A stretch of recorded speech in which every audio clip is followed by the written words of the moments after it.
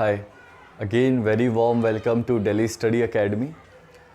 Human digestion पढ़ रहे थे, क्लास 11th का बायोलॉजी का चैप्टर 16 स्टार्ट किया था, digestion and absorption, human physiology का वेरी फर्स्ट चैप्टर। अभी तक हमने इसमें डाइजेशन का एक ब्रीफ इंट्रो लिया था। उसके बाद मैंने बताया था कि फर्स्ट कंप्लीट डाइजेशन इवॉल्व्ड इन एस्केलमेंथिस। एस्केलमेंथिस के अंदर पहला कंप्लीट हमारा डाइजेस्टिव सिस्टम इवॉल्व हुआ था। उसके बाद हम components of human digestive system पढ़ रहे थे, जिसमें सबसे पहले हमने माउथ के बारे में पढ़ना स्टार्ट किया था। माउथ में मैंने आपको पैलेट बताया था, सॉफ्ट पैलेट, हार्ड पैलेट, ठीक है। उसके बाद हमने टंग के बारे में जाना था। टंग में मैंने आपको बताया था it is a voluntary muscular organ, ठीक है। Floor of the oral cavity, oral cavity का हमारा फ्लोर होता है, वॉलेंट्री मस्कुलर ऑर्गन होता है, यानी कि हम अपनी मर्जी से इसको मूव कर सकते हैं, ठीक है। उसके बाद फंक्शन ऑफ टंग बताए थे, सेंसेशन, थर्मो रेगुलेशन, ये सब कुछ। सो आई होप वहाँ तक आपको क्लियर हुआ होगा। अब देखिए, जब भी हम डाइजेशन की बात करते हैं तो जितना इम्पॉर्टेंट बायोकेमिकल प्रोसेस की बात करना है, उतना ही इम्पॉर्टेंट मैकेनिकल प्रोसेस की भी बात करना है। मैकेनिकल प्रोसेस भी उतने ही इम्पॉर्टेंट है जितने कि बायोकेमिकल प्रोसेस। बायोकेमिकल प्रोसेस मतलब जहाँ पे एंजाइम्स एक्ट करते हैं डाइजेशन में, जैसे सैलिवरी अमाइलेज मैंने बताया था, ठीक है। और भी हमारे पास एंजाइम होते हैं, आगे पढ़ेंगे। और मैकेनिकल प्रोसेस मतलब जो भी हमारा मैकेनिकल वर्क होता है डाइजेशन में, वेदर फूड को तोड़ना हो गया, ठीक है, ये भी एक मैकेनिकल प्रोसेस का एग्जांपल है। सो इसमें सबसे इम्पॉर्टेंट हमारे पास रोल आता है टीथ का। जी हाँ, टीथ के बारे में आप जानते हैं, मैस्टिकेशन में कितना हेल्प करता है, ठीक है। मिक्सिंग ऑफ फूड में भी हेल्प करता है। अगर हम फूड को पार्ट्स में तोड़ेंगे नहीं तो एंजाइम उस पर अच्छे से एक्ट कैसे कर पाएंगे, और अगर एंजाइम अच्छे से एक्ट नहीं कर पाएंगे तो प्रॉपर डाइजेशन कैसे हो पाएगा। दैट्स वाई टीथ यहाँ पर हमारे पास इम्पॉर्टेंट है, ठीक है। सो अभी हम टीथ के बारे में कवर करने जा रहे हैं। बहुत इंटरेस्टिंग है और सारी बातें इसकी ईजिली याद रह जाती है। बस आपको कुछ चीज़ों पे फोकस करना है। पढ़ना तो देखिए हमें सारा ही है, लेकिन मेनली जहाँ नीट और सीबीएसई में क्वेश्चन बनते हैं मैं वो आपको बताता चलूँगा, उन पे आपको फोकस रखना है। और आपको चार टर्म्स को अच्छे से याद रखना है, जैसे कि हमारे थीकोडोंट हो गया, हेटेरोडोंट हो गया, मोनोफायोडोंट, डाईफायोडोंट। इस तरीके की जहाँ जहाँ टर्म्स आएगी तो आपको क्लियर करना है कि कहाँ पर मैं क्या बोलने की कोशिश कर रहा हूँ, क्योंकि इसमें आगे जाके कन्फ्यूज़न हो जाता है, ठीक है। सो आइए स्टार्ट करते हैं टीथ के बारे में। वेरी फर्स्ट जो यहाँ पर है, study of teeth is called odontology. देखिए, बायो में जब भी हम कोई भी टॉपिक स्टार्ट करते हैं तो सबसे पहले आपको पता होना चाहिए कि उसकी स्टडी को क्या कहते हैं, ठीक है। So the study of teeth is called odontology. Odontology हम कहते हैं टीथ की स्टडी को। चलिए अब अपने बारे में जानते हैं, हमारे अंदर टीथ कैसे होते हैं और अरेंजमेंट कैसा होता है, ठीक है। The oral cavity has a number of teeth and a muscular tongue, ये हम जानते हैं। Each tooth is embedded in a socket of jaw bone.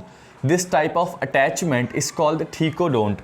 मैंने अभी आपको बताया कि इस तरीके के टर्म्स जहाँ भी आएंगे वहाँ पे आपको समझना है।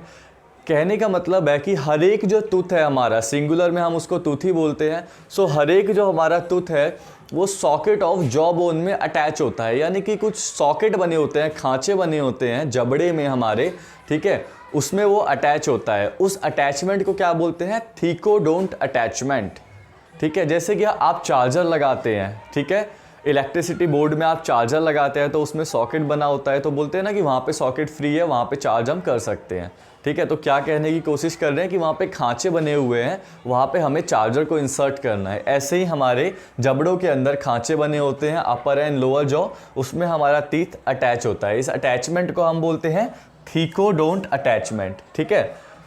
उस सॉकेट को हम बोलते हैं एल्वियोलस, जिसके अंदर टीथ हमारा अटैच होता है, उस सॉकेट का नाम होता है एल्वियोलस। और अरेंजमेंट को क्या कहते हैं? Thecodont arrangement.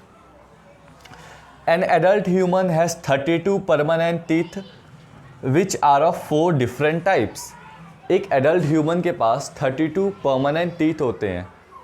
ध्यान रखिएगा, यहाँ पे ये पढ़ाया तो जाता है कि 32 होते हैं, लेकिन ज़रूरी नहीं है कि 32 होंगे ही सब में, ज़्यादा नहीं होंगे लेकिन कम हो सकते हैं। विजडम टूथ एक आपको पढ़ाऊँगा थर्ड मोलर, ठीक है। 4 तरह के टीथ होते हैं, इंसीजर्स, कैनाइन, प्री मोलर और मोलर्स, ठीक है। इसीलिए हम ह्यूमन डेंटिशन की जब भी बात करते हैं तो हम बोलते हैं हेटेरोडोंट डेंटिशन है। हेटेरोडोंट डेंटिशन का मतलब होता है अलग अलग प्रकार के टीथ प्रेजेंट होना। तो इसमें हमारा एक टीथ आता है थर्ड मोलर, सबसे लास्ट में मोलर होते हैं, मोलर के भी लास्ट वाला थर्ड मोलर, यानी कि 3 मोलर होते हैं हमारे पास लोअर हाफ जॉ में। अभी मैं इसका अरेंजमेंट आपको बताऊंगा डेंटल फॉर्मूला में। याद रखिए कि थर्ड मोलर हमारा विजडम टूथ होता है, ठीक है। और वो विजडम टूथ का कोई डेफिनेट स्टेज नहीं है जब वो आएगा, हम एडल्ट बन जाते हैं तब वो आ सकता है। यूजुअली देखा गया है कि एडल्ट होने के बाद वो आता है, लेकिन वो लेटर एज में भी कभी भी आ सकता है। 40 ईयर्स की एज में, 45 ईयर्स की एज में, 25, 30 ईयर्स की एज में आ सकता है, ठीक है। आप डेंटिस्ट के पास जाएंगे तो आप बहुत सारे पेशेंट ऐसे भी देखेंगे जिनका विजडम टूथ आ रहा होता है और उनको बहुत ज़्यादा पेन हो रहा होता है, तो वो कहते हैं कि या तो इसको निकाल दो या फिर इसका कुछ करो जो हमें इस पेन से राहत मिले, ठीक है। सो कहने का मतलब है कि विजडम टूथ ज़रूरी नहीं कि सबके पास प्रेजेंट ही होंगे। टोटल हम पे 4 विजडम टूथ हो सकते हैं, लेकिन ज़रूरी नहीं कि वो प्रेजेंट होंगे। मेरे पास अभी तक नहीं आए हैं, ठीक है। तो मेरे 28 ही हैं टीथ, 28 है बस, 28, ठीक है। सो ज़रूरी नहीं कि सबके पास 32 होंगे, लेकिन हाँ मोस्टली हमारे पास एडल्ट के पास 32 टीथ पाए गए हैं, इसलिए यहाँ पर लिखना ज़रूरी होता है, ठीक है। 4 डिफरेंट तरह के मैंने आपको बता दिया। हेटेरोडोंट डेंटिशन कहते हैं, क्यों? क्योंकि 4 टाइप ऑफ टीथ हमारे पास प्रेजेंट होते हैं, इंसीजर्स, कैनाइन, प्रीमोलर और मोलर, ठीक है। एक बात और ध्यान रखिएगा कि wisdom tooth is not related with wisdom. Wisdom से इसका कोई लेना देना नहीं है। क्यों? क्योंकि ये देखा गया था पहले कि जब ये टीथ आ रहा है तो अक्सर जो बच्चा है, ठीक है, बच्चा कहो या इंडिविजुअल कह लो, वो जवान हो जाता था, ठीक है, एडल्ट हो जाता था, तो बोलते थे कि भाई ये एडल्ट बन गया इसलिए इसका विजडम टूथ आ रहा है, मतलब ये समझदार हो गया है। अक्सर इसको ऐसा रिलेट करके देखा जाता था, लेकिन इसका विजडम से कोई लेना देना नहीं है, ये प्रूव हो चुकी है बात, ठीक है। सो इस बात को इतना अपने को माइंड नहीं करना, लेकिन टॉपिक इंटरेस्टिंग है, अपन पढ़ेंगे। एक बार आप इसको देख लीजिए।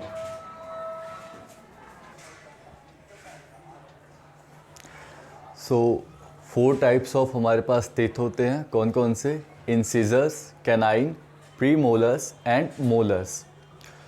Incisor, canine, premolar and molar के कुछ स्पेसिफाइड फंक्शन हैं जो कि हमको पढ़ने हैं। इंसीजर जो है हमारा वो कटिंग और बाइटिंग में हेल्प करता है, इसमें बस इतना ही याद रखना है। कैनाइन जो है पियर्सिंग, ऑफेंस एंड डिफेंस में इसका रोल है। कैनाइन जो है हाईली डेवलप्ड होते हैं कार्निवोर्स में। कार्निवोर्स कौन होते हैं? Meat eater animals are carnivores, ठीक है, meat eaters animals are carnivores. Do you know, क्या आप जानते हैं कि वी वर ओरिजिनली कार्निवोर्स, हम ओरिजिनली कार्निवोर्स ही थे। We also used to eat meat and only meat. I must say only meat. हम सिर्फ नॉनवेज खाते थे। उसके बाद धीरे धीरे जब एवोल्यूशन हुआ, उस धीरे धीरे हमें पता चला कि भाई वेजिटेरियन डाइट भी ली जा सकती है, और हमें पता चला कि हम कुक भी कर सकते हैं, ठीक है। सो कुकिंग एंड वेजिटेरियन डाइट हमारी कैसे आई? एवोल्यूशन के बाद स्टार्ट हुई। उसके पहले हमारे कैनाइंस और भी ज़्यादा हाईली डेवलप्ड थे, बहुत बड़े बड़े थे, ताकि हम उस मीट को अच्छे से ग्राइंड कर पाए, अच्छे से तोड़ पाए, ठीक है, अच्छे से उसका डाइजेशन हम करा पाए, पियर्सिंग कर पाए। ऑफेंस और डिफेंस में इनका रोल होता है, ठीक है। सो कहने का मतलब है वी वर ओरिजिनली कार्निवोर्स। एक बहुत फेमस स्टेटमेंट है कि nothing in biology makes sense accept in the light of evolution. कहने का मतलब कि बायोलॉजी में जब भी आप कुछ पढ़ते हैं तो हमेशा उसको एवोल्यूशन से जोड़ने की कोशिश कीजिए। Evolution is a very very interesting topic, ठीक है। आपको बार बार उसको पढ़ना चाहिए ताकि आप उसकी कंटेंट जो है वो मैक्सिमम से मैक्सिमम गेन कर पाए, ठीक है। तो हमेशा आप बायोलॉजी को एवोल्यूशन से कनेक्ट करेंगे तो बहुत सारी चीज़ें याद रह जाएंगी। उसके बाद the eruption begins, tooth eruption. Tooth eruption begins by 6 to 8 month of age. 6 to 8 months, जब एक चाइल्ड 6 से 8 महीने का होता है तो उसमें टूथ एरप्शन बिगिन होता है, दांत आना शुरू हो जाते हैं। और सबसे पहले कौन सा दांत आता है? Central incisors. Central incisors are first to erupt, ठीक है, ये चीज़ आप याद रखेंगे, पूछ सकते हैं, इसको नोट डाउन आप कर लीजिए।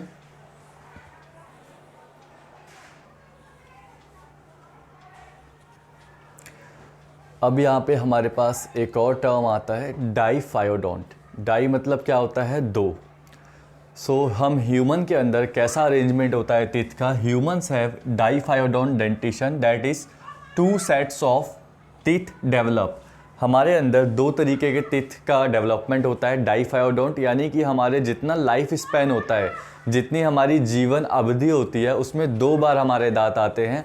आप सबको पता है, आसान भाषा में हम क्या कहते हैं कि एक बार दूध के दांत आते हैं, उसके बाद हमारे परमानेंट टीथ आते हैं, ठीक है, जो हमारे हमेशा रहते हैं। एक होता है मिल्क टीथ यानी कि डेसिडुअस टीथ बायोलॉजी टर्म्स में, और दूसरा होता है परमानेंट टीथ। आपको पता है मिल्क टीथ शेड हो जाते हैं, टूट जाते हैं, उसके बाद हमारे जो परमानेंट टीथ आते हैं वो हमेशा रहते हैं। That's why we are using the term permanent, ठीक है। मिल्क टीथ और मिल्क टीथ, डेसिडुअस टीथ या फिर और परमानेंट टीथ, ठीक है। Deciduous dentition complete by the age of 2 to 2.5 years.